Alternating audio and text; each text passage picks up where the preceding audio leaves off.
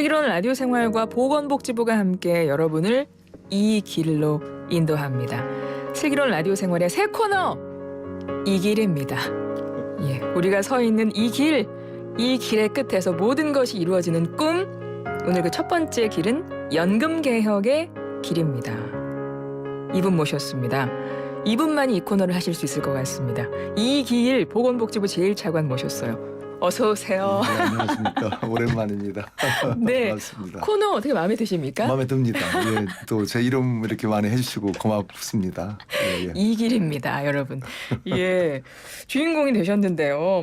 새롭게 코너로 이렇게 우리 청취자분들을 만나신 만큼 각오 한 말씀 부탁드려도 될까요? 예, 정말 이렇게 좋은 시간 코너를 주셔가지고 너무 감사드리겠고요.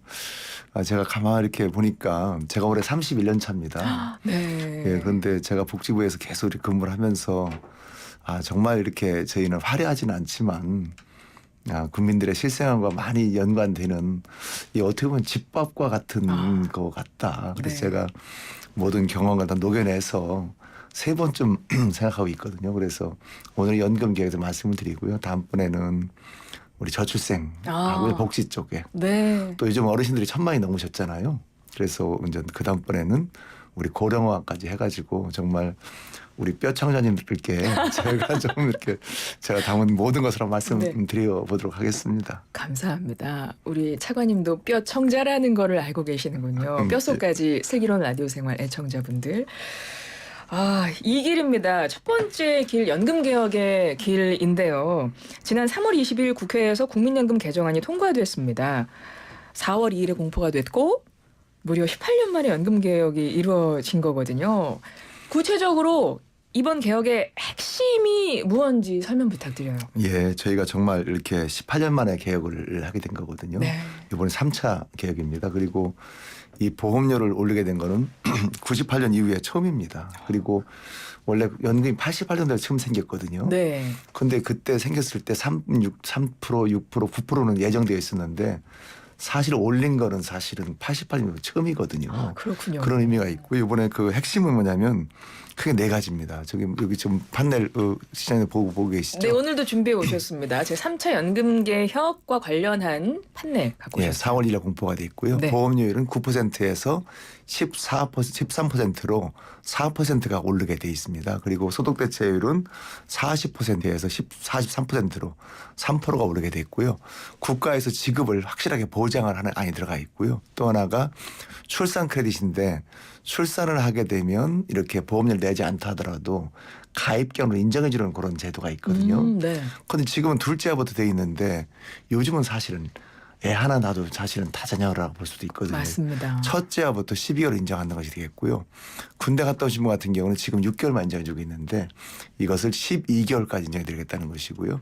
지역가입자에 대한 지원 같은 경우도 지금은 납부를 했다가 다시 재개할 때만 주고 있는데 앞으로는 저소득 일정소득 저소득층 같은 경우에는 12개월 동안 절반을 지원할 계획이 있다는 말씀드리겠습니다. 네. 유튜브 채널에서 YTN 라디오 들어오시면 지금 실시간 슬기로운 라디오 생활 생방송으로 보실 수 있고요. 제3차 연금개혁과 관련해서 너무나 일목요연하게 잘 정리를 하신 이 판넬을 오늘 또 갖고 오셔가지고 그거 화면을 통해서 보시면서 설명 들으시면 되겠습니다. 더 내고 더 받는 방식이 맞는 거죠. 예, 이번에 그렇습니다. 예, 예. 네, 그 연금개혁의 주요 내용을 쭉 앞서 설명을 해주셨는데요. 근데 사실 이 개혁안이 발표되고 나서 뭐 세대 간에 좀 손익을 계산해보는 이제 그러면서 약간의 논란도 있고 했었는데 그 논란에 그러니까 주로 나오는 이야기는 뭐냐면 아니 청년 세대에게 좀 불리하다 좀 이런 이야기들이 있었던 것 같거든요. 어떻습니까? 맞습니까? 아니면 이건 좀 오해입니까? 예, 사실 이번 개혁은 사실 절반의 개혁, 미완의 개혁이거든요. 그리고 사실 새로운 구조개혁을 계속적으로 해나가야 되는 것인데요. 네. 사실 여러 가지를 보게 되면 이번 개혁은 전 청년을 위한 개혁이라고 말씀드릴까 합니다. 왜냐하면 연금이라는 것은 사실은 금융상품이 아니거든요. 우리 노후를 보장하기 위한 사회보장 제도 중에 하나인데요. 첫 번째는 지금 그대로 있는다고 치게 되면 지난번에 제가 말씀드린 것처럼 하루에 885억 원 정이 적자가 납니다. 네. 한 달이면 2조 7천이 되게 돼 있고 또 이게 1년이면 32조가 적자가 발생이 됩니다. 그래서 이게 지금대로 하게 되면 2056년이 되게 되면 이게 모든 기금이 소진되게 돼 있거든요. 네. 그렇게 하면 2057년 같은 경우에는 그해 걷는 보험료로 그해 다 줘야 되거든요. 27%를 내야 됩니다. 아, 그렇군요. 예, 그렇기 때문에 이거 계약을 한 상태가 되려 15년 정도 연장이 됐기 때문에 시간을 벌었다라고 말씀드리고 서 있겠고요. 두 번째는 지금 2차 베이비 부모들이 사실은 지금 64년부터 74년까지거든요. 저희 같은 세대 954만 명입니다. 네. 그런데 이분들이 사실은 나가기 전에 빨리 보험료를 내고 나가주셔야 됩니다. 그렇지 않게 되면 모든 것을 다 그 후세대가 다 이렇게 부담을 하게 되는 거거든요. 네. 그런데 만약에 우리가 4%를 오르게 되면 한 해 거치는 보험료가 한 27조쯤 됩니다. 그런데 그 중에서 3분의 2 정도는 40대 50대가 내게 돼 있고요. 나머지 9조 정도가 20, 30대가 내게 돼 있거든요. 왜냐하면 첫 번째는 많은 숫자가 있다는 것이고 두 번째는 소득 수준이 다르잖아요. 지금 네, 보면은 그 50대는 그 한 달 평균 임금이 429만 원입니다. 그런데 20대는 지금 263만 원이거든요. 똑같이 9%, 13% 낸다 하더라도 더 많이 내게 될 수밖에 없는 것이고요. 또 하나가 보면 크레딧 같은 것이 있잖아요. 네. 군 크레딧이라든지 출산 크레딧이 있는 건데 이것은 사회적으로 가치 있는 행동을 했을 때는 보험료를 안 내고도 가입 기간을 아까 말씀드린 것처럼 새로운 12개월 인정받게 돼 있고 군대 같은 경우는 6개월에서 12개월, 6개월이 늘어나게 돼 있잖아요. 네. 그런데 사실 보게 되면 누구냐 이거죠. 아이를 낳는 것도 청년이고 군대 갔다 온 것도 청년이거든요. 그렇기 때문에 청년들한테 오히려 큰 혜택이 된다. 그렇게 저는 말씀드릴 수가 있겠습니다. 아, 그렇군요. 그리고 이번이 개혁이 끝난 게 아니라 3차 연금 개혁이어서 앞으로 4차, 5차 계속 개혁은 이루어지는 이루어져야 거군요. 됩니다. 네. 제가 지난 2월 달에 프랑스 갔다 왔거든요. 네. 프랑스는 뭐 부가식입니다. 달리 말하면 우리 같은 경우에는 지금 돈이 한 1200조가 쌓여 있잖아요. 네. 그걸 불려가지고도 할 수 있는 건데 거기는 그해 받아가지고 그해 줘야 되는 거거든요. 근데 그해 못 주게 되면 어떻게 하냐면 세금으로 메꾸게 돼 있습니다. 그러다 보니까 93년부터 지금까지 6번의 큰 개혁을 합니다. 네. 그래서 개혁을 하다 보니까 옛날에 93년도 가만히 있었으면 2030년도에 700억 유로가 적자가 난다는 거예요. 그런데 6번의 개혁을 통해서 지난해는 되려 흑자가 발생됐더라고요. 그래서 저희가 사실 지금 37년밖에 안 된 연금인데 우리도 지금 계속적으로 개혁을 3차를 했지만 4차, 5차, 6차를 해야 된다. 그렇게 말씀드릴 수가 있겠습니다. 연금 개혁을 보니까 이번에 한 것이 모수 개혁인 거죠. 모수 개혁입니다. 그래서 연금 개혁에 보니까 모수 개혁도 있고 제도 개혁도 있고 기금 운용 개혁 뭐 이런 것들이 함께 이제 이루어지는 중에 이번에는 모수 개혁. 모수 개혁입니다. 그러면 앞으로 계속 4차, 5차 가면 그 외에 제도라던가 뭐 운용 방식이라던가 이런 것도 함께 논의가 되는 건가요? 네, 해야 됩니다. 모수라는 것이 사실 숫자라는 개념이거든요. 그러니까 수치를 조정했다는 그렇습니다. 의미인 거죠. 그렇기 때문에 저희가 9%, 13%, 40에서 43% 된 것은 수치를 조정한 거잖아요. 네네. 그렇기 때문에 수치에 대한 모수 개혁이 되는 것이고요. 앞으로 뭐 자동 주정 장치라든지 아니면 기초연금과 국민연금과의 그런 관계라든지 또 지금 보면 퇴직연금 있잖아요. 네. 한 달에 사용주가 1년 한 달치를 내주고 있어요. 그게 8.33%거든요. 이거를 연금화를 해야 된다라든지 또 개인연금을 드린다든지 이런 걸 같이 좀 해나가야 됩니다. 이걸 저희는 구조개혁이라고 그렇게 얘기를 하고 있거든요. 그렇군요. 예. 자, 모수개혁 수치 조정을 한 겁니다. 보험료율 9%에서 13%까지 올리는 방안이어서 점차적으로 8년간 인상이 돼서 이제 13%가 8년 후에 이루어지는 것이고 소득 대체율도 40%에서 43%로 인상이 되는 건데 소득 대체율은 이게 즉시 인상이 되는 건가요? 어떻게 되죠? 좀 다르죠? 세대별로. 예, 좀 다릅니다. 보험료 같은 경우는 저희가 지금 9에서 13%가 되면 4%가 오르게 돼 있잖아요. 네. 그렇기 때문에 해마다 0.5%씩 해가지고 8년을 인상하게 돼 있거든요. 네. 내년부터 해서 2034년 8% 13%가 되게 돼 있습니다. 그리고 소득 대체율 같은 경우는 내년부터 네. 바로 이제 43이 되게 돼 있거든요. 받으시는 분 내년부터 받으시는 분들은 바로 예. 43% 소득 대체율을 받으시는 건가요? 그건 아닙니다. 이제 뭐냐면 많은 분들이 좀 이렇게 오해를 하고 계세요. 네네. 지금 제가 지난번에 어느 방송에 나갔더니 저희 어머니가 지금 연금을 받고 계신데 그럼 우리 어머니도 43%또 인상을 받는 겁니까? 라고 물어보더라고요. 이미 받고 계시는 분들은 아니죠. 아니고 해당이 안 돼. 예. 이미 결정됐으니까요. 그렇죠. 받으신 그분들은 연금액이. 이미 옛날에 보험료 낼 때 아. 대출이 있거든요. 네, 그분들은 그대로 받으시고요. 앞으로 이제 받으신 분들이 새로 수령을 시작하시는 분들. 그렇습니다. 이제 새롭게 이제 보험료를 내시는 분들. 내시는 분들. 그러니까 지금 만약에 30년을 가입을 했다. 예. 그럼 10년이 남아 있다는 거잖아요. 그렇죠. 30년은 그대로 이렇게 그냥 원래대로 받는 거고요. 원래 네. 정해진 대로. 아. 앞으로 10년이 43%가 되는 건데요. 저는 청년분들한테 말씀드립니다. 지금 50대 같은 경우는 30년을 가입하고 10년이 남아 있잖아요. 그렇죠. 원래 60까지니까요. 그분들은 10년만 43% 되는 건데 청년분 20대 같은 경우는 지금 앞으로 40년이 남아 있잖아요. 예. 40년 동안 43%를 받으시는 겁니다. 그렇기 때문에 사실은 이 자체가 청년분들한테도 유리하다. 그렇게 저는 말씀 드리고 있어요. 그렇군요. 이번 개혁안에 보면요.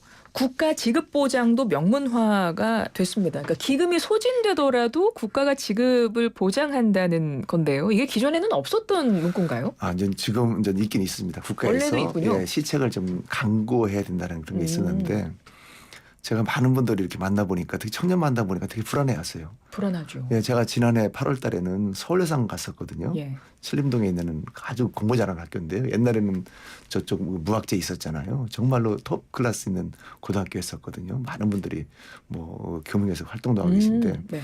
근데 12명 만났더니 그분들 하시는 말씀이 이미 다 취업을 하고 있더라고요. 정말 2050년이 되게 되면 기금이 소진된다는데 저희 받을 수 있습니까? 받을 수 있습니까? 불안합니다. 거죠. 그걸 받게 해주십시오라고 말씀하시더라고요. 그래서 알겠습니다. 받게 해드리겠습니다. 그래서 지금 국가 지급보장이라는 그런 규정이 시책 강구가 돼 있지만 확실하게 국가에서 국민연금 직업을 보장한다. 그런 문구를 이번에 집어넣었습니다. 근데 궁금한 것이 이제 문구는 들어갔는데 실질적으로 기금이 소진돼 있으면 국가 입장에서도 보장을 하고 싶은데 무슨 돈으로 그거를 지급을 해주죠? 예, 지금 선진국 여러 나라가 있잖아요. 네. 저희는 37년 됐지만 독일은 저희보다 100년 먼저 도입을 했습니다. 국민연금을요? 그렇습니다. 거기가 독일이 1889년도에 제일 먼저 도입한 거거든요. 그런데 그 유명한 비스마르크가 도입을 했습니다. 예. 그분이 하셨군요. 그분이 했습니다. 그런데 처음에는 적립금이 쌓여 있잖아요. 네. 그런데 어느 순간 되면 적립금이 없어지게 돼 있습니다. 그렇죠. 그러면 그 뒤로는 그해 걷어서 그해 전 주게 돼 있는데 이거를 부가 방식이라고 얘기를 하고 있거든요. 그래서 저희 같은 경우도 그렇게 바뀌어야 되는데 참 제가 이번에 프랑스 가 보니까 많은 분들이 저희를 부러워합니다. 어떤 부분에서요? 지금 우리나라가 사실은 지금 1213조가 있거든요. 네. 그런데 다른 나라 같은 경우는 다 기금이 소진된 이후에 개혁을 했어요. 그런데 지금 우리나라 같은 경우는 세계 3대 연금이거든요. 노르웨이가 있고 두 번째가 일본입니다. 네. 노르웨이는 2000조가 있어요. 그런데 우리는 1213조를 가지고 있으면서 개혁을 준비한 거잖아요. 네네. 그렇기 때문에 이거를 잘 해야 된다는 거고요. 또 하나가 뭐냐면 지난해가 저희가 160조를 벌어들였습니다. 기금으로. 운영해서요? 운영해가지고요. 15%의 수익을 받거든요. 그래가지고 연금 생긴 이후에 지금까지 보니까 740조 원을 수익을 받습니다. 그런데 나간 게 370조입니다. 그러니까 수익 본 거에 절반밖에 나간 게 아니에요. 그래서 저희가 제일 중요한 것은 뭐냐면 연금에 대해서도 이제 구직격도 해야 되겠지만 또 하나는 뭐냐면 정말 국민들께서 우리한테 맡겨주신 네. 이 알토란 같은 기금이잖아요. 이걸 잘 굴려가지고 정말로 국민들에게 더 수익을 창출해가지고 부담을 안 드리게 돼가지고 지금 이번에 저희가 2050년서 소진이 있지만 저기 보이시잖아요. 네, 판넬 비춰봐 주십시오. 보이는 라디오로 보시면 56에 보게 되겠습니다. 되면 지금 기본 수익률이 4.5%로 잡고 있거든요. 네. 그렇게 하게 되면 2064년까지 8년이 연장이 됩니다. 그런데 수익률을 5.5%로 1%포인트를 올리게 되면 71년으로 15년이 늘어나게 돼 있거든요. 네. 그렇기 때문에 이 기간 동안에 구조개혁을 더 해야 되겠다.